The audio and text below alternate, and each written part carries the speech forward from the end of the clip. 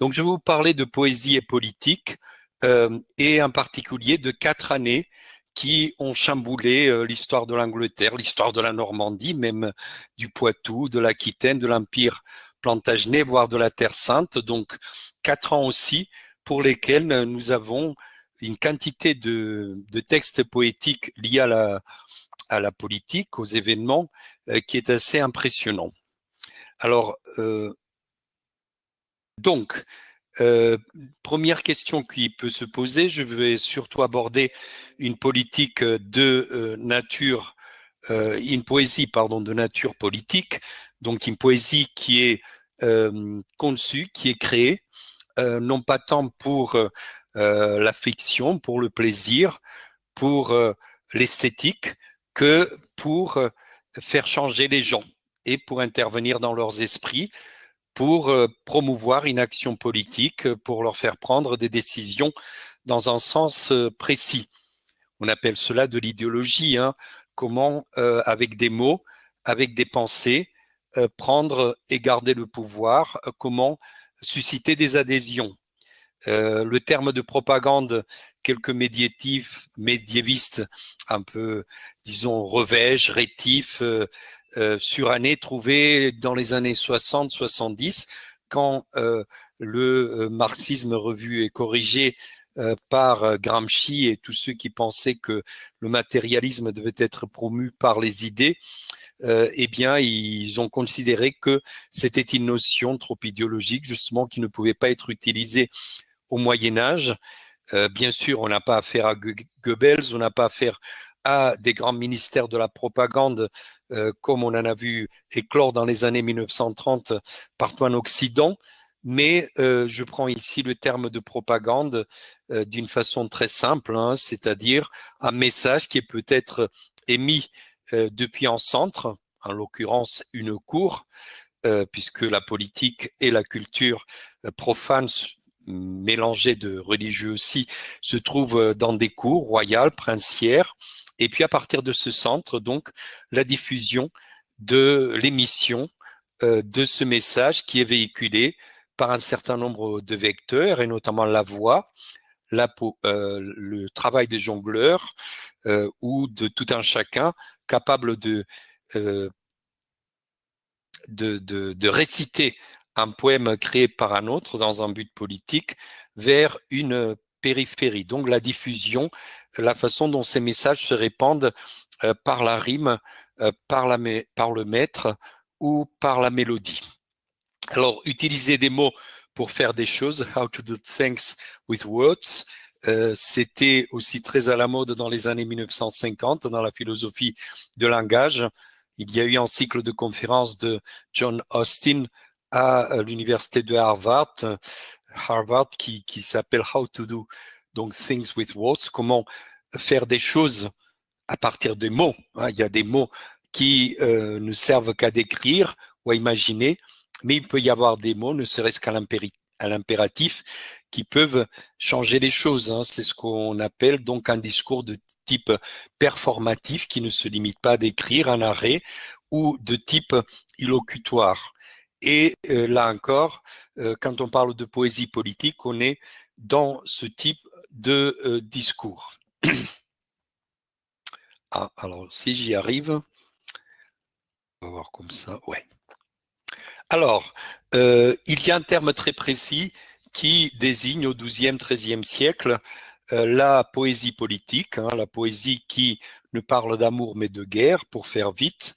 Un ancien occitan, hein, la langue que l'on parle au sud de la Loire, on appelle cela le Cervantes, et plus tard, le terme a été adopté en France, dans la France du Nord, avec sa version en langue d'oï, Cervantois. Alors le terme Cervantes a une étymologie ou une signification qui peut être liée à l'idée de servus, de serviteur. Le Cervantes est servile. Alors que sert-il? Soit un maître avec AI accent circonflexe, c'est-à-dire un mécène, un patron qui impose à un troubadour, un jongleur, un trouvère. Quand on parle de troubadour, c'est la langue d'Oc, c'est le sud de la France. quand on parle de Trouvère, c'est le nord, et donc c'est la langue d'oï. Hein. Vous, en tant que Normand, vous parlez ce qu'on appelle au XIIe siècle l'anglo-normand.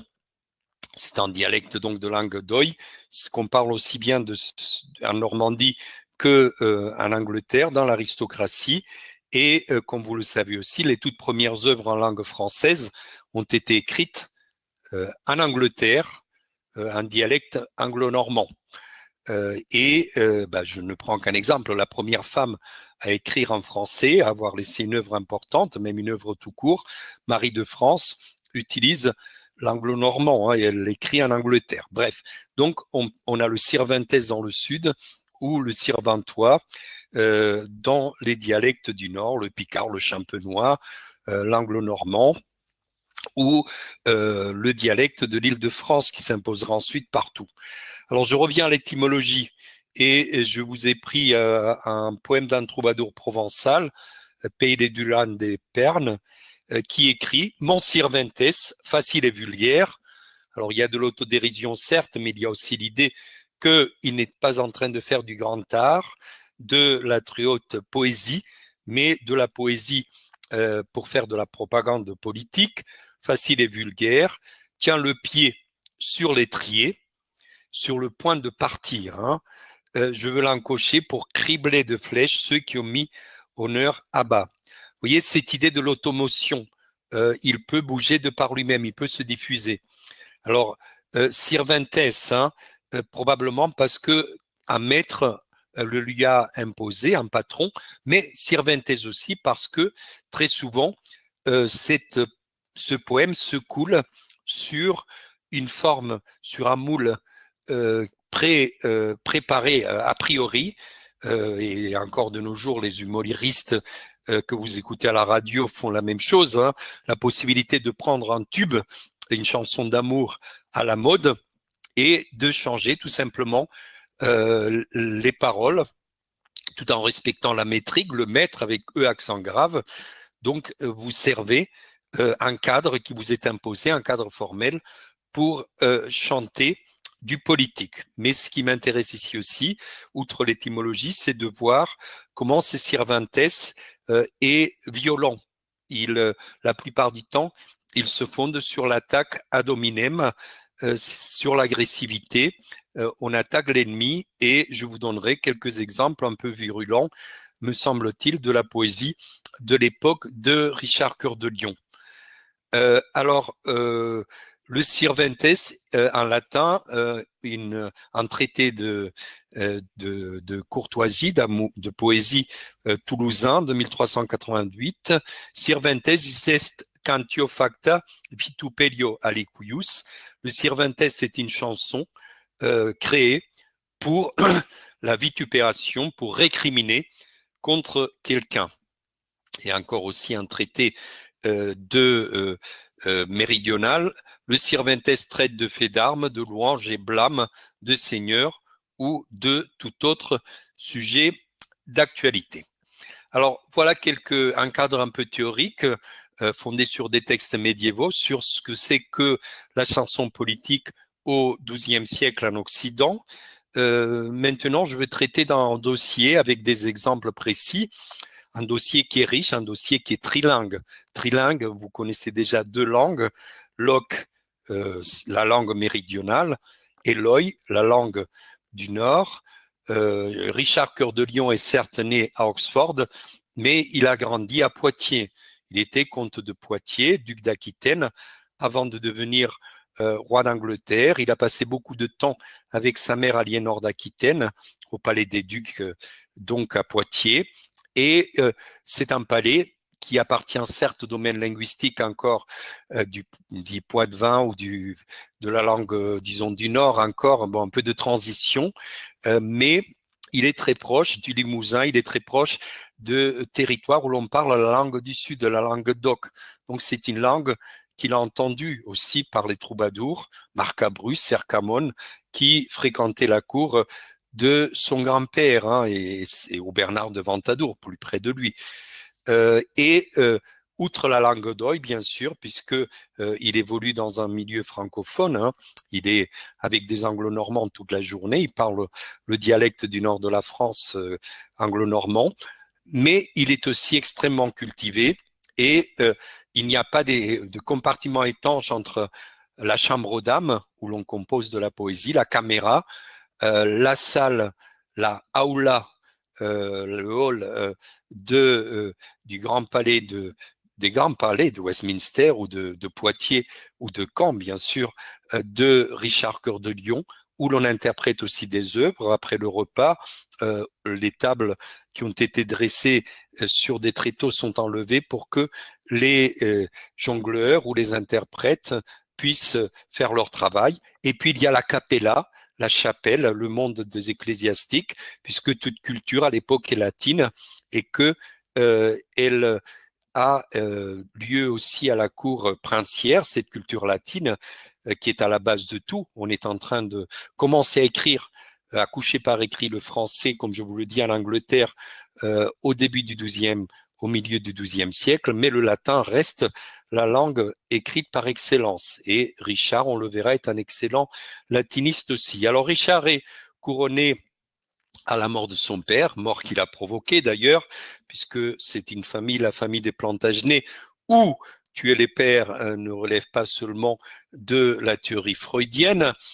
3 septembre 1189, à Westminster, il reçoit la couronne, et puis aussitôt, il accomplit le vœu de croisade, 1187, bataille de Hattin, et Saladin, donc les Ayyoubides, sont en train de reprendre tous les États latins de Terre Sainte. Vous voyez ici en couleur rouge les derniers réduits de la Terre Sainte sur cette carte.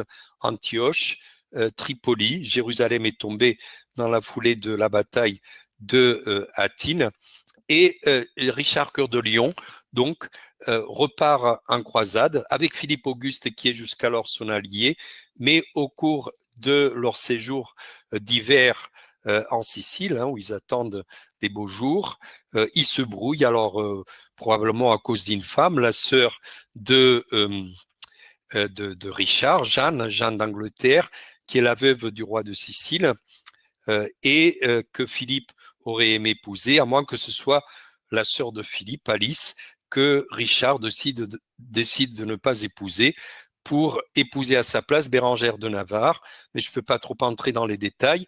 Il y a aussi, bien sûr, la direction de la croisade ou le prestige qu'on peut en tirer, qui est peut-être plus important que les femmes. Et Philippe et Richard se brouillent définitivement, d'autant plus que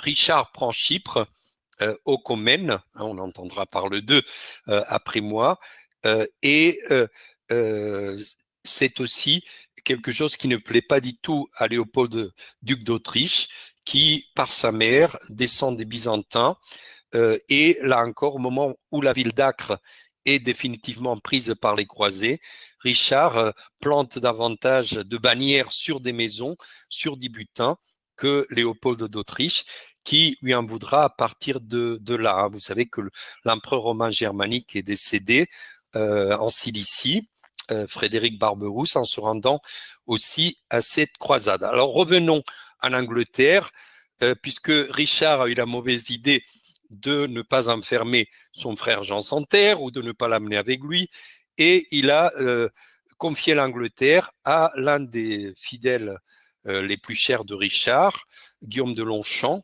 Longchamp, c'est, si je ne me trompe, en Haute-Normandie, l'évêque d'Ely, donc au sud, dans le Cambridgeshire. Mais Guillaume a beaucoup de mal à s'imposer puisque Jean Santerre fait des siennes avec une partie de l'aristocratie, et le chancelier de Richard donc est déposé, et Jean Santerre profite aussi du retour de Philippe Auguste qui prétexte d'une espèce de coronavirus. Bon, il a perdu tous ses cheveux, sans doute c'était un virus assez virulent, pour retourner en France et pour s'entendre donc, pour être de mèche, de complicité avec Jean Santerre qui lui rend en 1193 l'hommage pour la Normandie, qui lui cède donc en théorie. Alors, entre-temps, Richard a de ses nouvelles, donc très vite, il pactise avec Saladin. Il a tenu pendant des mois tout seul la croisade. Il a récupéré la plupart des ports du littoral palestinien. Il ne mettra pas la main sur Jérusalem, c'est trop loin de sa flotte puisqu'il a la supériorité maritime. Et il décide de revenir. Pas de chance, tempête. Son bateau est rejeté vers l'Istrie. Et il remonte donc vers le nord à pied.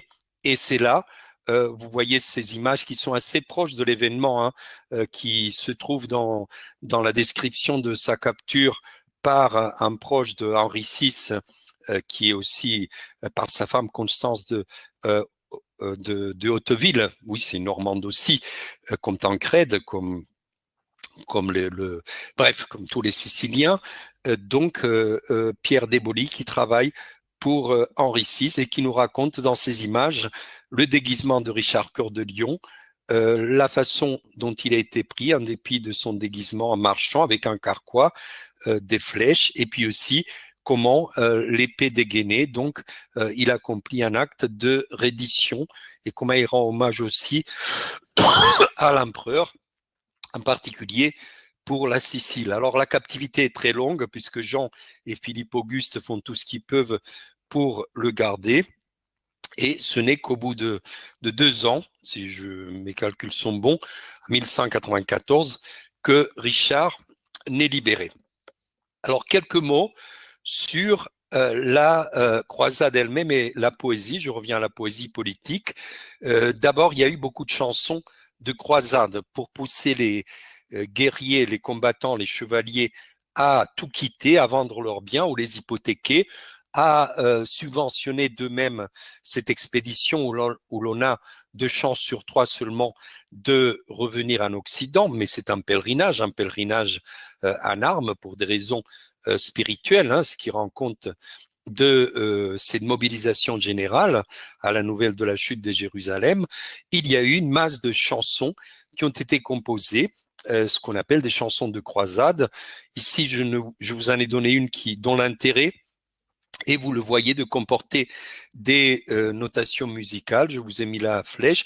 Curieusement, on l'a conservé dans la page de garde. C'est souvent là où on trouve des choses intéressantes, d'un manuscrit de Benoît de Sainte-Maure, hein, Tourangeau, près de la frontière du Poitou, qui a écrit l'histoire de Troyes, et puis aussi l'histoire de Duc de Bretagne sous commande d'Henri II et Aliénor d'Aquitaine. Mais vous voyez donc cette chanson parmi tant d'autres, hein, qui ne sont pas conservées, parce que la chanson est faite pour être récitée. Et une fois les vibrations, les ondes de l'air, la voix qui véhicule la chanson, dès qu'elle disparaît, il n'y a plus de chanson, sauf si quelqu'un a eu l'excellente idée de la copier par écrit. Je vous lis une traduction moderne. « Comte ni duc ni roi couronnés ne se peuvent à mort soustraire. » Donc chacun d'entre nous est mortel, autant utiliser sa vie donc de façon intelligente, puisque nous devons tous mourir un jour, car quand ils ont grand trésor amassé, mieux leur convient à grande douleur s'en défaire. À quoi sert un homme de gagner le monde s'il perd son âme, dit le Christ. On n'amène pas les trésors à son tombeau, mieux leur vaudrait s'en séparer justement, donc de façon juste, car quand ils sont en la terre boutés, à plus rien ne leur sert, ni château, ni cité. Voilà, vous voyez donc le ton du poème. Si vous voulez mourir, autant mourir dignement, pas dans votre lit douillet, mais en donnant la vie pour reprendre Jérusalem. Alors, Richard a composé aussi des chansons, d'abord parce que c'est un excellent littéraire, un excellent latiniste, comme vous tous, étudiants de master et de doctorat. Sinon, vous n'irez malheureusement pas loin dans vos recherches. Il a eu la chance d'avoir Thomas Becket, que son père, ou des chevaliers très fidèles à son père, assassinent le 29 décembre 1170, mais tant qu'il était chancelier d'Henri II, c'est lui qui s'occupait de l'éducation de ses garçons, avec ce qu'on appelle ses érudits, hein, un groupe d'intellectuels extrêmement calés, des exégètes hors pair. Certains d'entre eux connaissaient même l'hébreu, hein, comme Beauchamp, par exemple. Un exemple des personnes que pouvait fréquenter Richard. Richard a une nourrice qu'il a allaitée, hein, qui s'appelle Audierne, qui est très bien connue grâce au Pipe Rolls, à la comptabilité du palais de Westminster. Richard, son père Henri II, a payé au frère de lait de Richard, Alexandre Nicam, le fils de Audierne, il lui a payé ses études. C'est devenu un des plus grands encyclopédistes du XIIe siècle, un zoologiste. Vous avez ici une miniature, bon, elle est du XIIIe siècle, d'un manuscrit d'une traduction française de son Novus Aesopus, de son Ésope, de son recueil de fables animalières. Mais c'est le genre de personne que Richard pouvait avoir pour ami, hein, son frère de lait. Richard connaît parfaitement la culture latine. Alors, bien sûr, il peut y avoir un côté flagorneur dans ses témoignages, mais on sait qu'il s'était disputé sur une question de grammaire, sur s'il fallait utiliser coram, la préposition auprès d'eux, avec l'accusatif ou avec l'ablatif, et le débat linguistique avait pour interlocuteur Richard, et rien de moins que l'archevêque de Canterbury. C'est Richard qui a raison. Richard, en Sicile, lors de son séjour dont je vous ai parlé, a eu une très longue conversation avec un théologien à la mode. Finalement, il sera condamné à la 34, en 1215, à cause de son trithéisme historique. Pratiquement pour lui, il y a trois dieux, le Père, le Fils et le Saint-Esprit. Chacun a sa période dans l'histoire. Joachim de Fiore. Mais cette conversation de haute volée théologique n'a pu avoir lieu qu'en latin. C'est des exemples des chroniques de l'époque qui vous parlent de la maîtrise du latin par Richard. Richard maîtrise aussi le chant. Hein. Un de ses chroniqueurs, Raoul de Coggeshall, vous dit qu'à sa chapelle, il stimulait par ses dons et ses prières les chanteurs dans leur modulation. Il les encourageait à chanter avec plus d'allégresse et marchant partout dans le chœur. Il les incitait à la voix et à la main à faire retentir leur chant plus haut. Voilà, donc excusez-moi, j'ai mal placé mon guillemet, mal fait, les guillemets, donc je m'arrête à plus haut. Ce que je voulais dire, c'est que il n'y a pas de compartiment étanche entre le cantique latin et le chant vernaculaire, surtout sur le plan formel, hein, en raison du contrafactum. Très souvent, on utilise des hymnes liturgiques pour utiliser cette mélodie, ces mètres, ces drims, pour faire du chant politique. Hein. Il y a un chant cathare, enfin, ou en tout cas très anti-ecclésiastique du Languedoc du XIIIe siècle, très hostile au pape, qui reprend en contrafactum, en contrefaçon, en cantique marial. Hein. Ça vous donne un peu l'exemple de la façon dont ces gens jouent sur l'ironie, sur le plagiat et sur l'humour. Alors, Richard connaît à quelques notions, non sans doute pas d'arabe, mais il a entendu probablement à la cour de son père, de sa mère, en Aquitaine, où il a eu des échos de la poésie arabe qui a fortement influencé son arrière-grand-père, Guillaume IX, qui est le premier troubadour, donc en Languedoc, connu, dont nous ayons une œuvre, puisque je crois que c'est la chronique de Saint-Mexan qui raconte qu'à son retour de la campagne contre Al-Andalus, au sud des Pyrénées, hein, dans l'actuel Aragon, la ville de Barbastro, en 1064, son arrière-grand-père, Guillaume IX d'Aquitaine, a amené des esclaves sarrasines, des chanteuses, avec lui. Et puis Guillaume IX a beaucoup fréquenté l'émir de Saragosse, qui était son allié contre les Almoravides dans la péninsule ibérique, ce qui fait que une des raisons pour lesquelles on est passé probablement de la métrique avec des brèves, avec des courtes en latin, l'hexamètre, à la rime telle que vous la connaissez, avec des syllabes à la fin de vers qui coïncident. eh bien, c'est par l'influence aussi de la poésie arabe. Or, ce qui est intéressant, c'est que Richard, qui avait peut-être pu entendre ce genre de chant à la cour de Poitiers, au cours des tractations avec le frère de Saladin, Aladil, d'ailleurs qui a aussi demandé la main de Jeanne, mais Jeanne n'en a pas voulu, elle a préféré se retrouver avec le comte de Toulouse, comtesse de Toulouse, que dans le harem de d'Aladil, mais bon, ça c'est une autre question. Vous voyez la pauvre Jeanne qu'on ballottait partout, hein. Ces filles, on les marie au gré des alliances politiques. Quoi qu'il en soit, Richard a demandé entendre des chansons arabes, hein, d'après Hymne à la tire, et une femme de sa cour s'est exécutée plusieurs chansons à l'instrument à cordes grattées, une ancêtre de la guitare, et paraît-il, d'après cette source arabe, d'après Ibn al-Athir, Richard aurait apprécié. Alors, Richard donc maîtrise le latin, le français, peut avoir des notions d'arabe, et il est capable d'improviser des chansons. On a le témoignage de son jongleur attitré, Ambroise, qui détestait les Français, puisque c'était un homme du pays d'Évreux, et qui régulièrement avait vu son pays ravagé, le Vexin, aussi par les troupes françaises. Or, voici ce qu'il raconte, une scène qu'il a contemplée.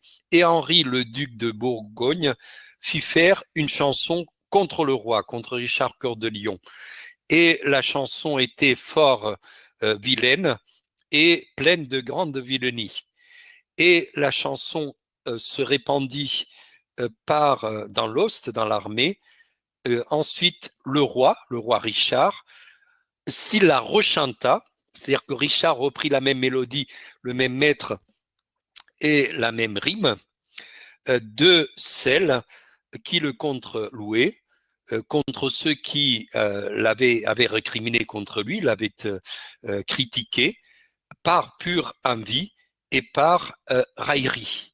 Vous voyez, ce qui m'intéresse ici, c'est de voir cette capacité que nous avons perdue parce que nous sommes membres de la galaxie Gutenberg et que nous utilisons beaucoup l'écrit, cette capacité de l'oralité, de l'imagination, de l'improvisation de vers qui est avec un peu d'entraînement dans l'éveil aristocratique relativement facile pour ces gens. Alors, une fois retourné en Occident de la croisade, Richard a écrit une chanson demandant sa libération. Quand j'ai dit à Alban que j'allais parler de Richard Cœur de Lion, il m'a dit tout de suite « Ah, Janus Homs !» Mais bon, je ne sais pas si tous mes collègues réagiraient comme Alban Gauthier, sachant tout de suite que Richard est l'auteur de cette chanson. Alors, cette chanson, on a cru longtemps. Bon, mon maître vénéré, professeur philologue à Barcelone, Martí de Riquet, ou Pierre Bec, qui était mon collègue à Poitiers, jusqu'à il y a peu, il est décédé, hein, c'était des occitanistes. Donc pour eux, bien sûr, Richard, fils d'Aliénor d'Aquitaine, ne pouvait avoir écrit que en langue d'oc du Sud. Malheureusement, et une collègue américaine qui enseigne à l'université de Naples, qui est une excellente occitaniste aussi, Charman Lee, a démontré que Richard a composé cette chanson pour demander sa libération des geôles de l'empereur Henri VI et de Léopold d'Autriche, hein, qui avait été ravi de le capturer. Eh bien, il a composé, c'est sûr, maintenant, hein, la traduction manuscrite en particulier le prouve, en langue d'oï. Alors, Janus homme pris ne dira sa raison, aucun homme prisonnier ne saurait évoquer son sort de façon adroite, puisque il souffre comme moi. Mais pour se soulager, pour avoir un peu de confort, pour s'apaiser, il peut avoir une chanson, hein, la chanson, la création poétique comme forme de libération mentale ou d'évasion par la fiction, et ils auront de la honte si pour ma rançon, ah oui, pardon, proae d'amis, mes pauvres sont les dons. J'ai beaucoup d'amis, certes, mais les dons sont pauvres. Ils auront de la honte si à cause de ma rançon, je dois être encore captif plus de 2 hivers. Vous voyez l'idée de la largesse, de la prodigalité. C'est ce qui refait la réputation Moyen-Âge. Si vous n'êtes pas capable de faire des dons, surtout à votre seigneur, c'est même un devoir féodal, hein, c'est un des cas, des 5 cas qui permettent aux seigneurs de tailler leurs paysans, la rançon du seigneur. Eh bien, si vous êtes radin, vous perdez votre fama, votre réputation. Vous sombrez dans la honte. Et pour ces gens, ce qui compte, c'est le regard d'autrui, sur tout le reste. Et tout cela le savent bien mes hommes et mes barons, anglais, normands, poitevins et gascons.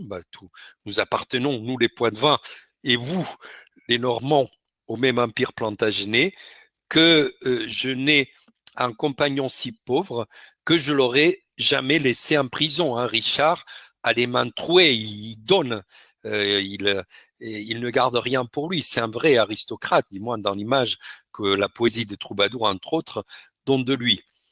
Et Janel dit passe pour nul rétrançon, mais encore je suis pris. Voilà. Et c'est les 2 vers qui reviennent dans le refrain. Je ne le dis pas pour me plaindre, car je suis encore en prison. Ah pardon, j'ai sauté un vers. Mes compagnons que j'aimais et que j'aime, ceux de Caen et ceux du Perche, me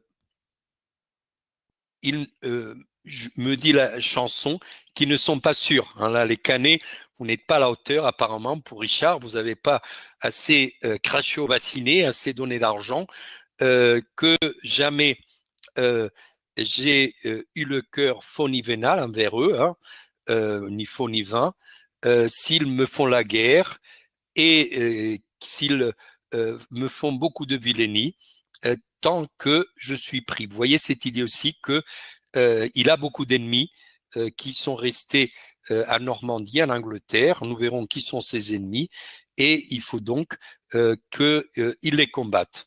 Alors, c'est une contrefaçon à partir d'une chanson à danser, une retrange, qui est composée de 3 ou 5 strophes et un refrain de 2 vers. Pour l'anecdote aussi, puisque le médiévalisme est à la mode, la façon dont le Moyen-Âge a été réutilisé en particulier pour des raisons politiques, il y a aussi un contrefactum, une contrefaçon architecturale au XIXe siècle, puis sous le nazisme, du château de Trifels dans le Palatinat, où Richard avait été enfermé. Vous voyez la réfection, la reconstruction au XIXe siècle, grandiose, où les Allemands prouvaient qu'ils étaient capables de mettre en prison les dirigeants anglais, pas n'importe lequel, Richard.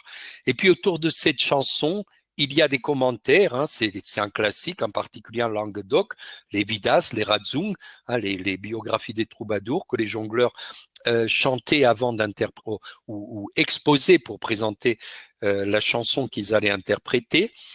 Autour de 1260, un ménestrel, un jongleur de la cour de Saint-Louis, écrit.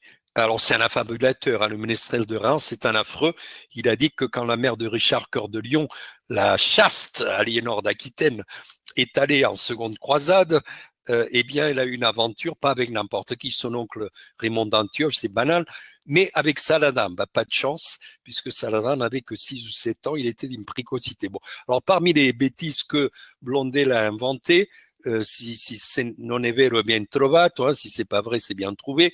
Il a inventé l'histoire du jongleur Blondel qui prend la route à la recherche de Richard Cœur de Lion, qui apprend que depuis 4 ans, il y a un mystérieux prisonnier dans un château en Allemagne et après avoir obtenu la confiance du Seigneur, il voit une fenestrelle dans le verger, il entend une chanson qu'il avait composée, un jeu parti, un échange de vers, comme le duc de Bourgogne et Richard Cœur de Lion, mais là c'était pour la haine, Hugues de Bourgogne, ici c'est au contraire pour de l'amitié. Il entend une chanson qu'il avait jadis composée avec Richard, il revient en Angleterre et il aide à négocier la rançon. Voilà, comme ça fait très troubadour 19e siècle. Là encore, je me suis permis quelque chose que je ne permettrai pas en TD à mes étudiants, qu'ils utilisent des images anachroniques. Mais là, c'est pour vous montrer comment ce thème, au 19e siècle, a pu avoir un côté pompier, troubadour dans l'art aussi.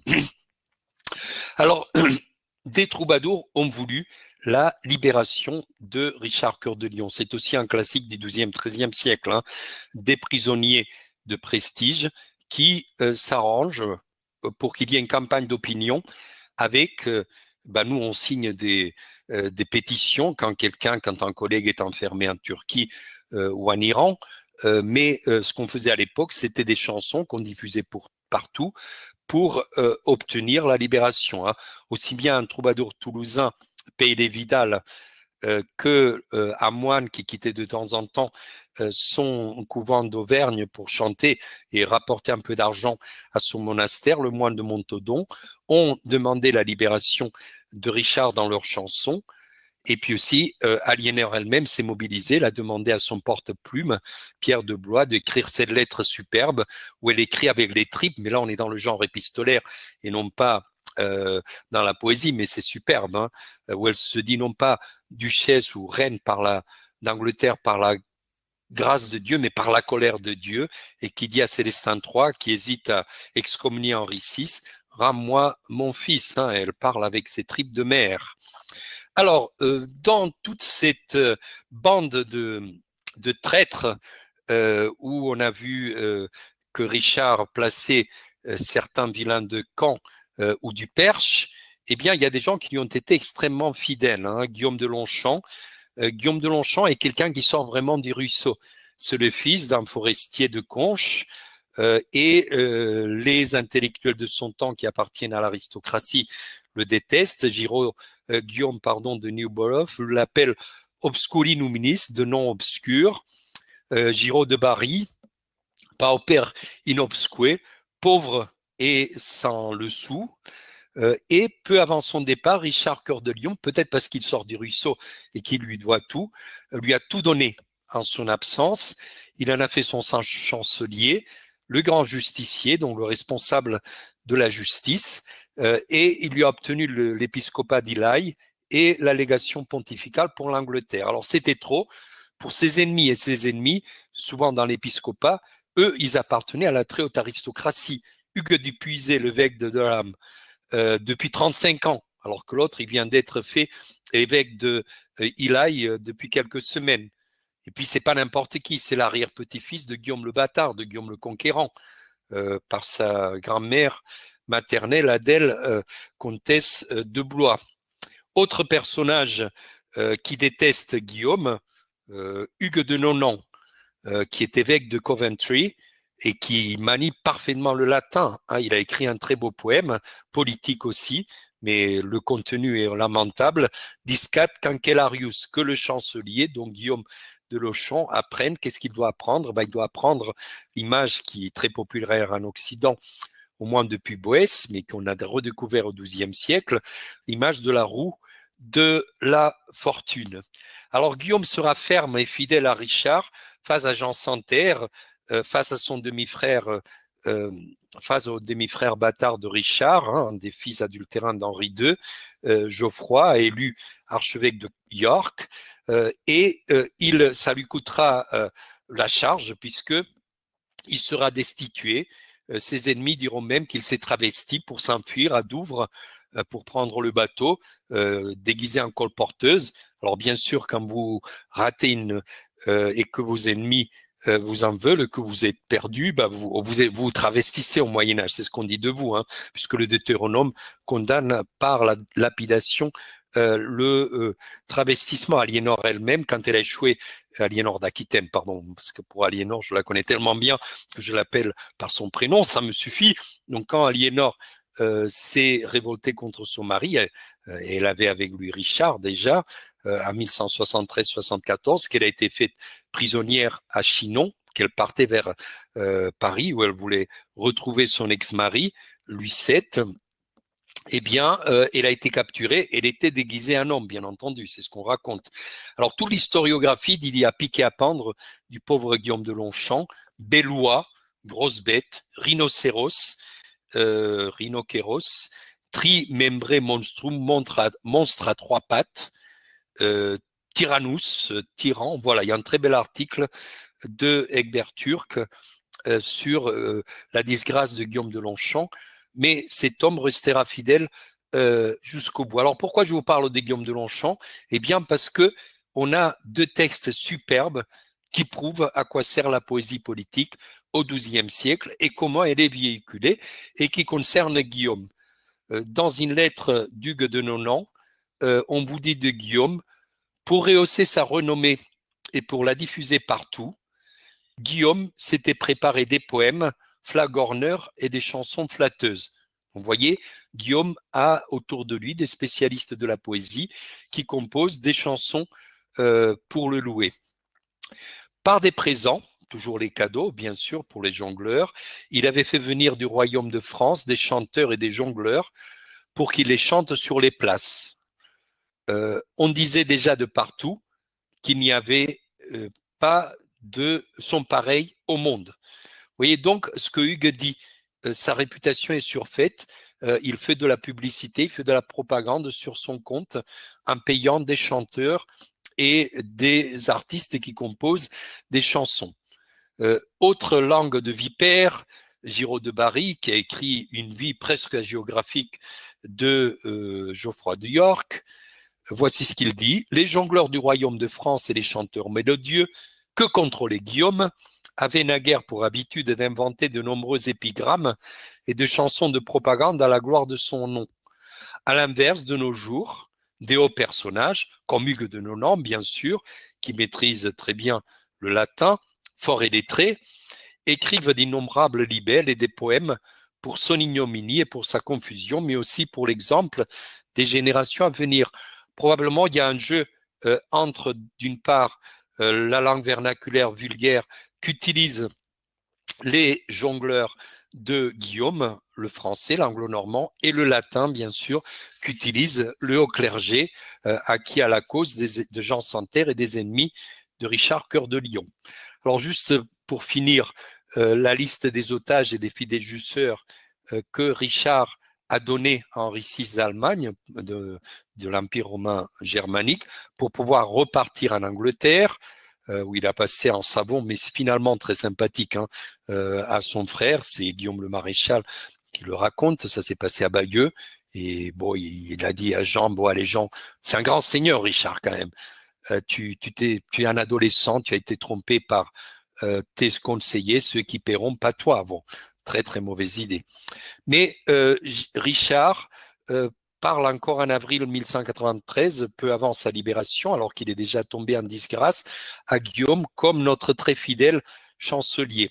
Et puis il y a une liste de témoins qui me prouve un peu le dernier carré des fidèles qui ont tout fait pour amasser la rançon, à commencer par sa mère, bien sûr.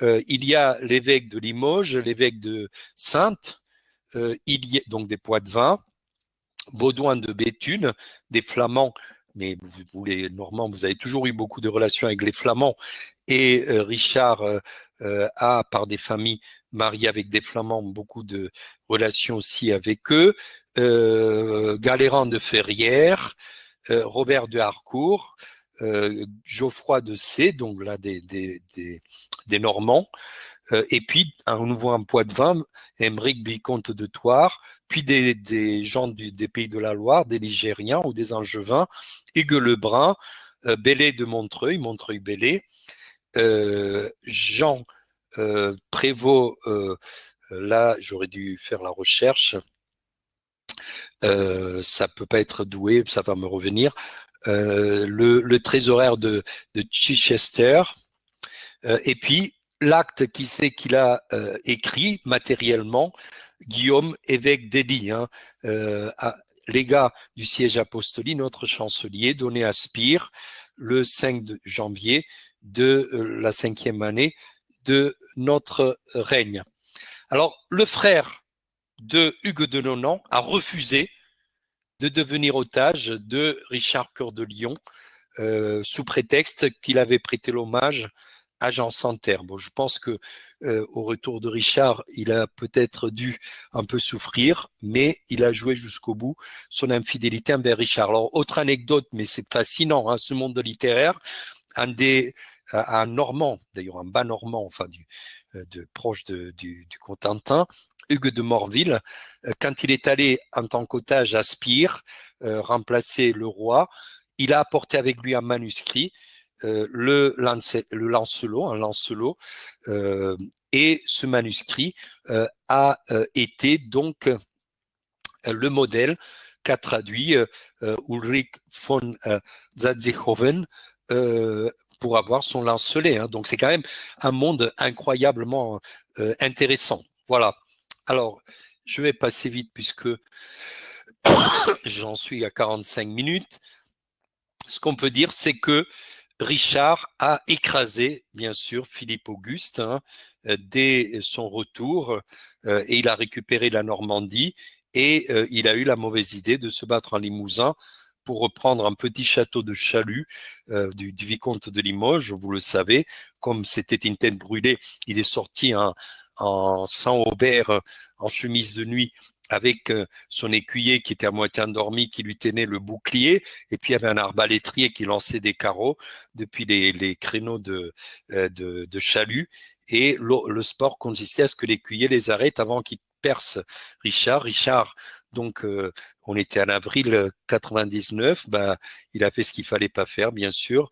Il a été traversé par un carreau d'arbalète et puis au bout de quelques temps, il est mort de gangrène. Sa mère a eu le temps de venir, Aliénor d'Aquitaine, depuis Fontevraud, s'occuper de lui. Alors, mais en attendant cette catastrophe, eh bien, qu'est-ce qui va se passer? Richard a tout repris.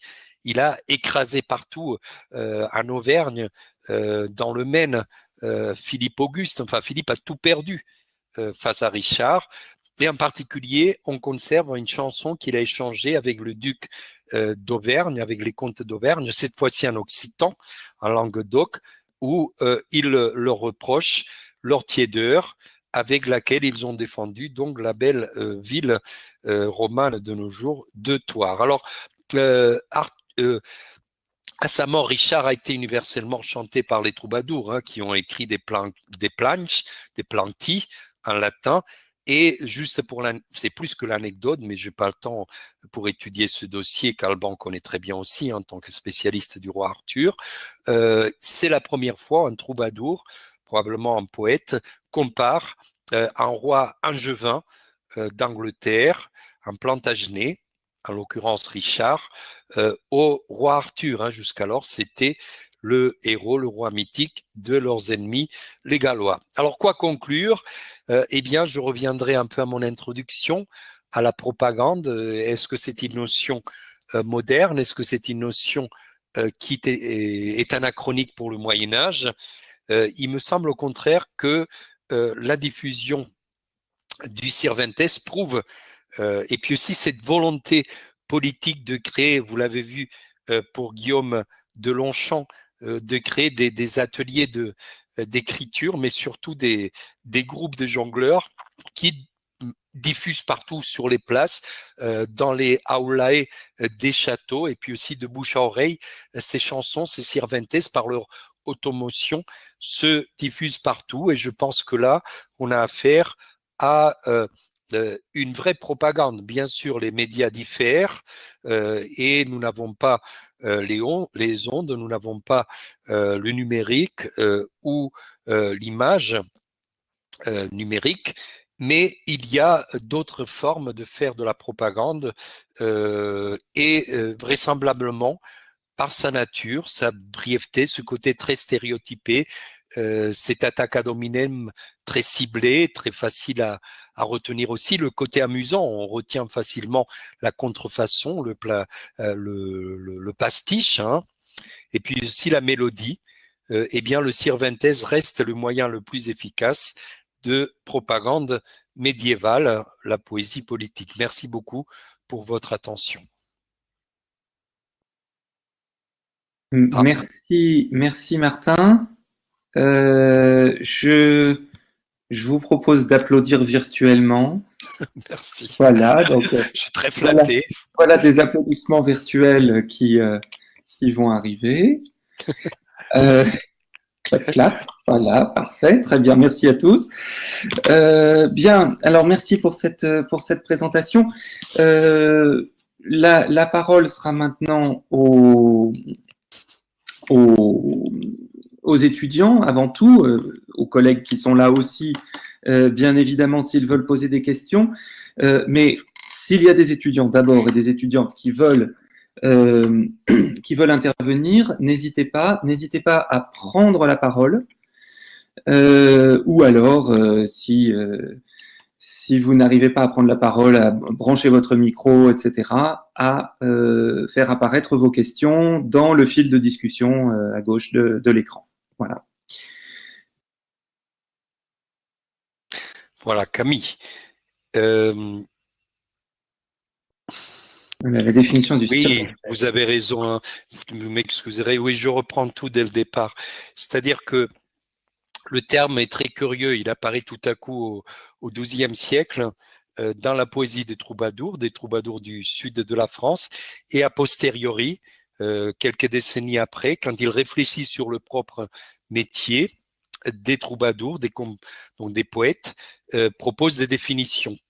Et une des définitions qu'ils proposent, c'est celle de l'aspect, si vous voulez, très servile de la chanson, puisque sirventes, servir, sirvens, c'est le sergent d'armes, mais c'est aussi celui qui sert. Eh bien, il propose soit que l'on sert en seigneur, hein, ça c'est important, parce que vous êtes à la solde de quelqu'un, vous êtes jongleur, vous vivez grâce à quelqu'un, à son crochet. Je vous ai parlé de Benoît de Sainte-Maure à un moment. Il a reçu une prébende canoniale, donc une rente, pour composer l'histoire de duc de Normandie à la solde d'Henri II, qui voulait prouver que ce n'était pas un faux normand, même si son père était un Angevin. Sa mère, Mathilde, la grande Mathilde, c'est quand même une histoire où vous avez des femmes exceptionnelles. Rien que Mathilde et Aliénor, on peut passer sa vie à les étudier. C'est des femmes merveilleuses. Bref, mais il n'était normand que par sa mère, donc il fallait, dans cette société extrêmement misogyne, la preuve, Mathilde n'avait jamais réussi à être couronnée reine d'Angleterre au profit de son cousin germain Étienne de Blois. Eh bien, dans cette société, il fallait bien, donc, pourquoi je vous parle? Bon, bref, ce que je voulais vous dire, c'est que servir, voilà, on sert, soyez un patron qui vous paie en tant que jongleur, il vous donne déjà le gîte et le couvert, mais il peut vous donner des très belles robes, hein, le terme de livret. Livrées, ce sont des très très belles robes, souvent avec des signes héraldiques ou emblématiques du donateur, que vous revendez ensuite, donc des soieries, des étoffes très recherchées. On vous donne des chevaux, on vous donne de tout hein, quand vous êtes jongleur. Donc, mais vous avez besoin de quelqu'un qui vous prenne sous son patronage, vous voyez. Donc, vous servez quelqu'un et vous faites à sa solde des chansons. Ça, c'est la première, dont vous le servez d'une certaine façon. Et la deuxième définition, c'est que vous servez, mais ça, c'est les philologues du 19e siècle qui ont proposé cette définition, vous vous pliez, vous vous asservissez, vous êtes poète, à un maître, les octosyllabes, hein, c'est ce qu'il y a de plus répandu au XIIe siècle, des vers, donc des vers à 8 syllabes. Vous utilisez aussi une rime en fin de vers. Et puis aussi, quand on dit poésie au Moyen-Âge, on parle tout de suite de mélodie. Je vous ai montré des notations musicales tout à l'heure, même si on n'a pas le rythme. Bon, on a à peu près une idée de à quoi ça peut ressembler, même si les musicologues ou les musiciens de nos jours doivent introduire une part d'interprétation très très forte hein, pour reconstituer ces chansons. Vous voyez, donc, vous utilisez, je ne sais pas, j'ai pas d'idée de chansons comme ça à la mode, mais quand j'étais jeune, il y avait une chanson qui s'appelait L'important, c'est la rose de Guy Béard. Et puis, il y avait un humoriste, c'était l'époque de la rose des socialistes, qui avait utilisé cette chanson pour voilà, dénigrer Mitterrand. Ah, bon, c'était Thierry Lhermitte, je crois. Voilà. Donc, il jouait. Donc, c'est le pastiché sur, et donc il y a un côté servile aussi puisque vous réutilisez à des buts humoristiques et pour rendre plus agréable à entendre votre chanson un autre maître que celui que vous auriez créé vous-même. Voilà l'explication. Je ne sais pas si je suis plus clair cette fois-ci. Alors, Amaya Buron, est-ce qu'on trouve d'autres termes latins se raccrochant à cette idée de servir le politique dans les sources? Ah oui, c'est une bonne question. C'est-à-dire que au Moyen Âge, bah, c'est une société très hiérarchique et donc chacun sert un supérieur d'une certaine façon. Hein. Je vous ai parlé du terme serviens, serviteur, qu'on traduit par sergent d'armes. Bah, vous avez le terme vassal, mais là, si je commence à passer en revue tout le vocabulaire de la dépendance, je pense que j'irai un peu loin. Le terme politique pose un problème, hein, parce que vous le savez, c'est un terme qui est très peu utilisé au Moyen Âge. Hein. Il faut attendre l'aristotélisme, l'arrivée des traductions du grec, enfin d'abord en arabe, puis de l'arabe en langue romane castiane, probablement, et ensuite en latin, aux ateliers de Tolède ou au sud de l'Italie, pour qu'on ait toute l'œuvre d'Aristote qui utilise le terme politeia, gouvernement de la cité, mais le plus grand traité politique du XIIe siècle s'appelle le Polycraticus, hein, le gouverneur de la cité, certes, mais le terme politicus n'y apparaît pas à ma connaissance. Donc, le terme politique, ça serait plus soit on obéit à son supérieur hiérarchique, avec, vous voyez, tout ce qui relève de la loyauté, de la déloyauté, de la félonie. Moi, ce qui me surprend beaucoup dans cette affaire, c'est la façon dont tout le monde a quitté Guillaume de Longchamp, qui était le chancelier élu par Richard. Tout le monde lui avait prêté serment avant que Richard ne parte. Alors Jean Santerre en voulait à Richard parce que il voulait que son neveu Arthur de Bretagne devienne roi d'Angleterre et non pas lui. Mais il a très vite mobilisé tout le monde contre Richard. Donc c'est aussi un problème de service politique, de loyauté. Ça, ce sont des notions qui sont très importantes, peut-être plus que de politique. Mais là, le vocabulaire, pour l'instant, il y a pas beaucoup de choses qui me viennent à la tête. Même le terme propagande apparaît au XVIe siècle seulement. Hein, des propaganda fide, c'est un dicaster, c'est-à-dire un bureau du Saint-Siège qui s'occupe des missions de propager la foi catholique. Donc, tous ces termes sont très modernes. Hein, et au Moyen-Âge, je pense qu'ils ne sont pas si répandus que cela. Mathieu. Alors, Mathieu Plantade, cette pratique de propagande était réservée à la haute aristocratie ou des petits seigneurs s'en servaient aussi à leur échelle? Très bonne question. Je pense que c'était très répandu. Hein. Je vous prends un exemple. C'est un seigneur moyen, Bertrand de Born, qui est le plus grand auteur de poésie politique au Moyen-Âge. Bertrand de Born, bah, c'est un seigneur qui n'est pas un très très haut personnage. C'est sûr, il a un château, il est aux lisières du Périgord et du Limousin, mais il est tout le temps à se battre contre son frère, avec lequel il détient son château en co-seigneurie, son frère Constantin. Et puis aussi, il parle. Alors, il a beau dire que les mercenaires sont à la guerre, c'est que les prostituées sont à l'amour courtois, mais il est tout le temps en train de réclamer de l'argent à Richard Cœur de Lion et impliqué dans ces guerres. Donc, vous voyez, c'est un petit seigneur et pourtant, c'est l'auteur le plus important de Cervantes que l'on est au Moyen-Âge. Hein. Au point que Dante, qui le détestait, le met en enfer avec sa tête pour lanterne, tellement il avait incité, dit-il, à la guerre, ce qui est faux, hein, les Plantagenets, Richard Cœur de Lion, Henri II, Jean, ils n'avaient pas besoin de Bertrand de Born pour se détester les uns les autres. Alors, d'autres souverains occidentaux ont-ils une relation si forte à la poésie ou est-ce une particularité de Richard? C'est une très bonne question. Là, j'essaie de réfléchir. Vous avez Alphonse X de Castille au XIIIe siècle. Vous avez Alphonse II d'Aragon, Alphonse Ier de Barcelone et de Provence, hein, qui lui a laissé pas mal de poésie. Il a échangé sur l'amour avec Guiraud de Bornay, un des plus grands troubadours, avec Bernard de Ventadour de son temps. D'ailleurs, il a fréquenté Richard Cœur de Lion. Hein. Richard, quand il était petit, avait été promis avec la sœur d'Alphonse. Hein.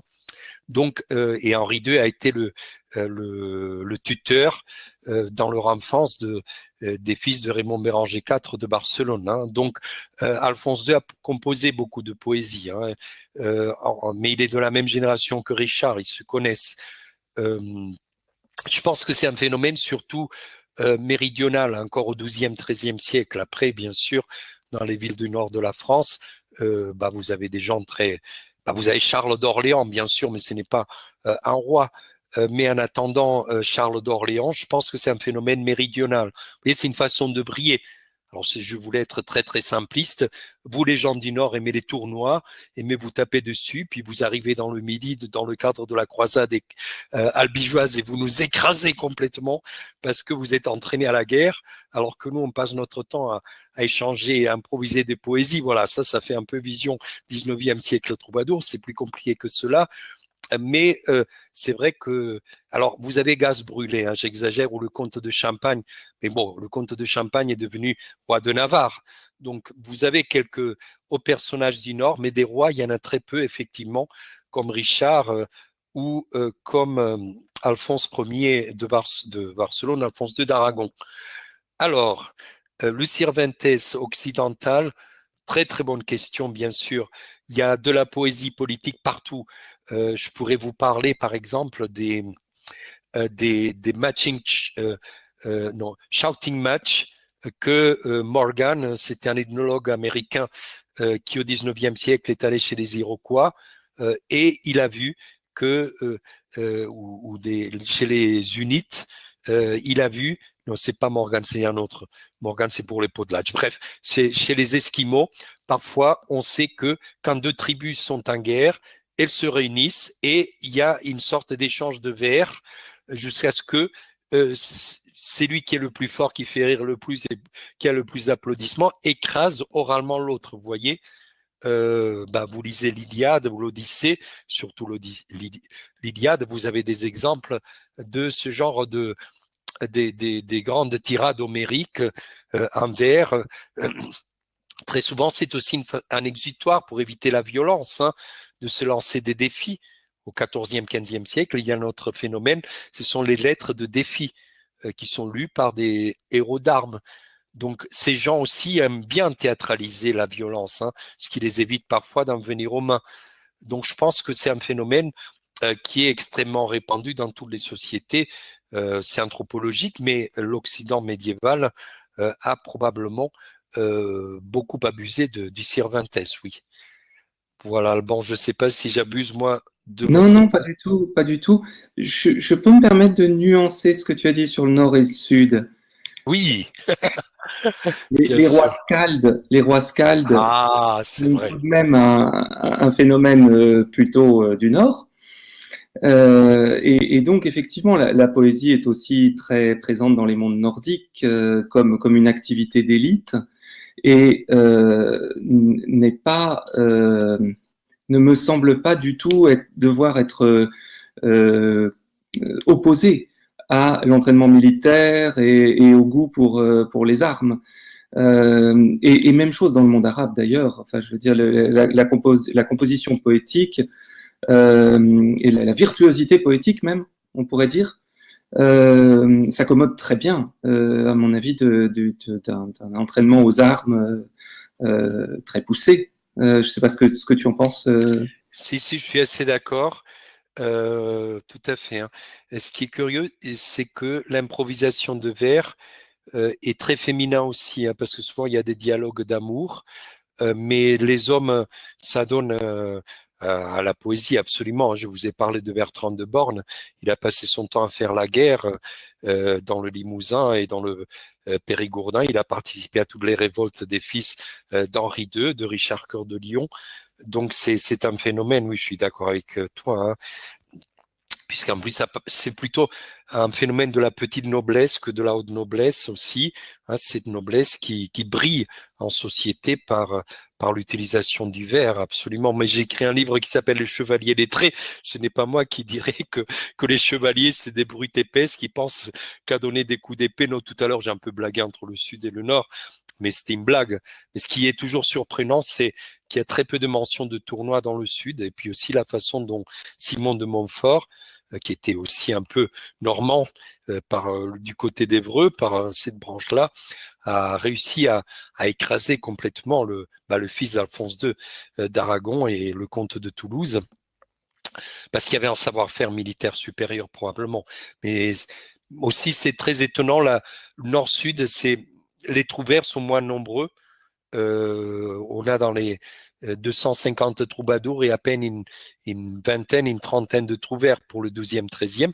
En revanche, ce qui est supérieur dans le nord, en Languedoc, c'est la présence des notations musicales dans les manuscrits, beaucoup plus que dans le sud. Donc ça, c'est des comparaisons que l'on peut établir. Et puis aussi, bien sûr, il y aura Guillaume de Machaut, il y aura la polyphonie qui apparaîtra dans le nord. Non, mais là, c'est vrai que c'est le genre de comparaison un peu absurde.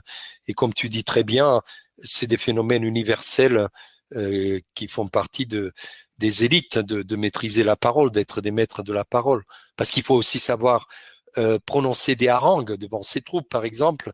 Il faut savoir aussi négocier, participer à des palabres une fois les opérations militaires finies. Donc, c'est des gens qui sont relativement bien formés. Et puis aussi, ils sont dans un monde que nous avons perdu, qui est un monde de l'oralité. On sait que les chanteurs ou j'ai oublié le terme technique, en Serbie, quand l'imprimerie s'est répandue au 16e, 17e, même très tard, hein, au 19e siècle en Serbie, il y avait des conteurs professionnels qui retenaient des dizaines de milliers de vers, et tout ça s'est disparu avec l'écrit. Hein. Il y a même un mythe de Platon là-dessus, sur les méfaits de l'écriture. Donc c'est vrai qu'ils ont une possibilité de versifier, comme encore chez les Basques, hein, les Betzolai, ils se réunissent tous les ans, ils font des concours d'improvisation, de poésie basque. Bon, parce que c'est des civilisations où l'écrit est encore très secondaire. Donc, dans ce type de société, oui, la capacité d'improviser des vers, c'est très recherché, absolument. Hein. Oui, merci. Il reste une dizaine de minutes. Y a-t-il d'autres questions cette fois-ci, pas nécessairement de la part des étudiants. Alors, il y a Fabien. Merci Fabien d'être là. Oh là là, quelle patience. Vous m'avez écouté. Alors, est-ce que j'ai Cervantes concernant Richard et d'autres types de textes, et notamment les exemples-là, est-ce que des motifs, des images circulent? Tout à fait. Il n'y a pas de compartiment étanche. Je vais vous donner un exemple. C'est Il Novellino. Il Novellino, c'est un recueil de contes de la fin du XIIIe siècle, rédigé en Toscane, en italien donc. Et il y a ce thème un thème qui revient dans 3 ou 4 anecdotes qui raconte l'histoire d'Henri II, Henri II le vieux roi, le père de Richard Cœur de Lion, contre lequel Richard se révoltait, et puis ses 3 fils, Geoffroy, duc de Bretagne, Jean Santerre aussi, et Henri le Jeune, bien sûr, et ces anecdotes portent sur le thème de la prodigalité et de l'avarice. Henri II est avare, il garde ses trésors dans sa chambre, et Richard Cœur de Lion, Henri le Jeune, vont lui voler les trésors pour les distribuer aux chevaliers. Donc le thème de la prodigalité, qui est très présent dans l'œuvre de Bertrand de Born, par exemple, on le retrouve en Italie du Nord. Hein. Mais bon, comme je vous l'ai dit, Dante lui-même cite explicitement à la même époque Bertrand de Born. Donc, on voit qu'on peut passer des contes brefs, des exemples à la poésie des troubadours, d'autant plus que la poésie de troubadour est, comme je vous l'expliquais enfin brièvement, avant de réciter, de chanter, chaque troubadour racontait la vie, ce qu'on appelle vida en occitan, la vie, du troubadour. Et très souvent, dans ces vies, il y a des structures narratives qu'on retrouve ailleurs, hein.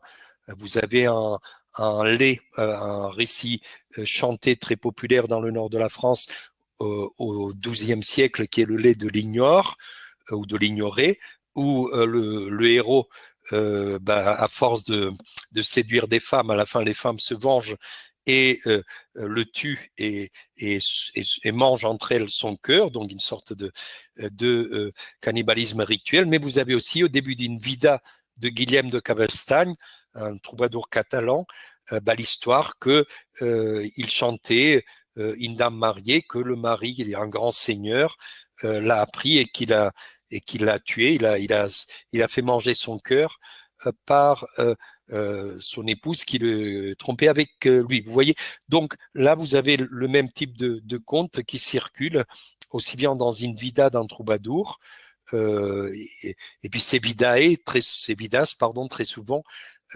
partent de ce qui est dans le poème, et donc et ça donne lieu à des récits plus complets. Donc oui, il y a des passerelles évidemment, hein. Alors, jusqu'à chez des gens comme Césaire de Heisterbach, oui. Alors, Césaire de Heisterbach, il y a des questions. Oui, il y a un exemple, un conte qui apparaît chez Césaire, par exemple, qui apparaît aussi dans dans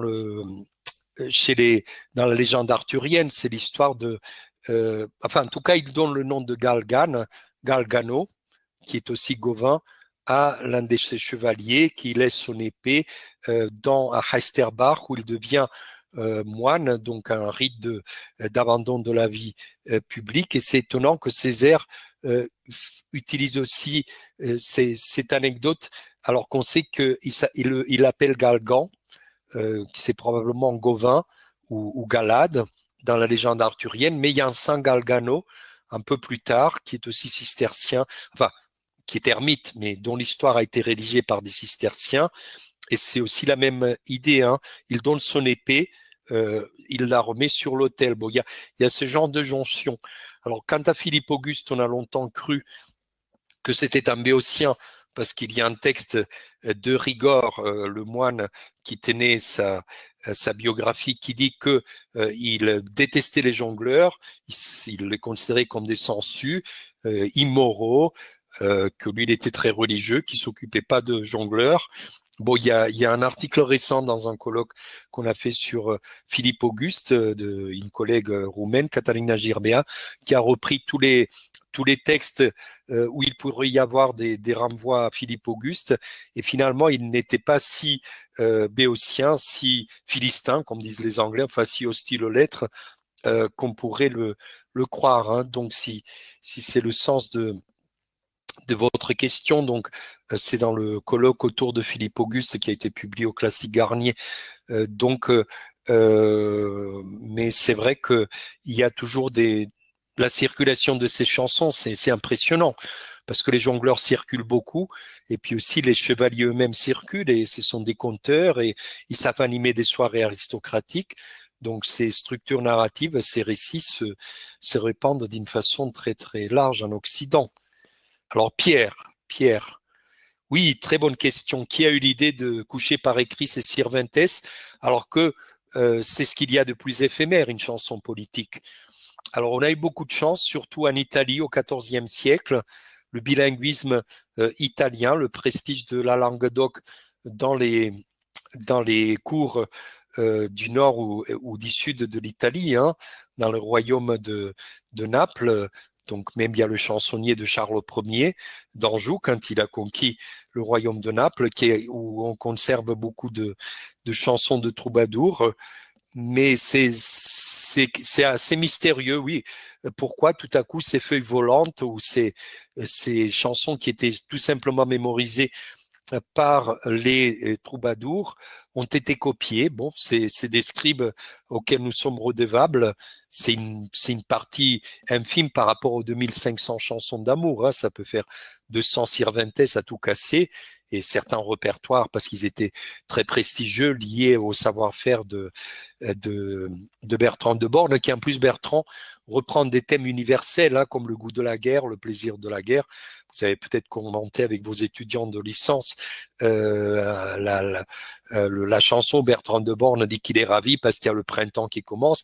Ah, très bien, il va commencer à compter fleurette à son ami. Pas du tout. Il est content parce qu'il y a les pavillons de guerre, parce qu'il y a les chevaux qui vont commencer à hennir, parce qu'on va commencer à aiguiser les épées. Donc c'est la guerre. Vous voyez, ces genres de chansons-là, elles sont conservées plus facilement. Alors quand elles ont des allusions politiques très précises, c'est très surprenant qu'on les ait gardées, mais on a malgré tout de la chance, effectivement, parfois, et c'est comme ça qu'on a quelques 250, allez, sur 2500 chansons d'amour. Ben, l'amour est universel, et ça reste la guerre, très souvent, le politique, c'est très pointu. Alors, comment on les a conservés? Ben, dans des très beaux manuscrits du XIIIe, XIVe siècle, des chansonniers, comme on dit, hein, chacun a un sigle, et puis là, actuellement, les collègues de l'université de Pise, je pense, enfin, il y a un site superbe où systématiquement toutes les études sur chaque chanson de Troubadour sont couchées par écrit. Vous savez, c'est un des malheurs de la recherche sur la Languedoc en France. On a une littérature dans Languedoc tellement riche qui est incomparable au reste de l'Europe qu'il n'y a que les Italiens et les Catalans pour s'intéresser à la poésie de Troubadour. Il y a très peu de spécialistes en France, mais en Italie, il y a du très très bon travail, surtout que, comme je vous l'ai dit, les manuscrits sont souvent restés en Italie. Voilà, le texte et l'oralité, c'est vrai, c'est très riche comme sujet. Ah, ben voilà, Fabien commente le texte aux étudiants aussi. C'est un texte très impressionnant. Alors, Bastien, peut-on considérer que d'autres écrits poétiques distincts de Cervantes, l'histoire de Guillaume le Maréchal, sont des œuvres de propagande mettant en valeur? Alors, vous savez, Guillaume le Maréchal, un seul manuscrit découvert par hasard, comme toujours, chez un collectionneur particulier au XIXe siècle, un manuscrit qui est d'époque, hein, qui est du XIIIe siècle. Alors bien sûr, il y a de la propagande, mais c'est une propagande qui a été très peu diffusée.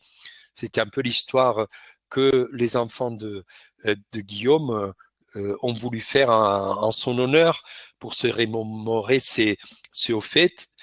Ils ont demandé à Jean d'Herly de faire le travail. Mais c'est une œuvre de propagande qui a très, très peu bien marché. Souvent l'historiographie aussi, même en langue vernaculaire, je suis surpris par tout l'effort des rois d'Aragon du XIVe siècle à faire écrire à Raymond Montané ou à Bernard Desclot, fin XIIIe, leur histoire. Et on a conservé très, très peu de manuscrits. Donc l'historiographie, les histoires de famille, ça marche très peu. Contrairement aux chansons courtes, aux chansons politiques qui ont pu se diffuser beaucoup plus. Voilà, mais il faut que je m'arrête là. Merci beaucoup, Alban. Merci pour vos questions.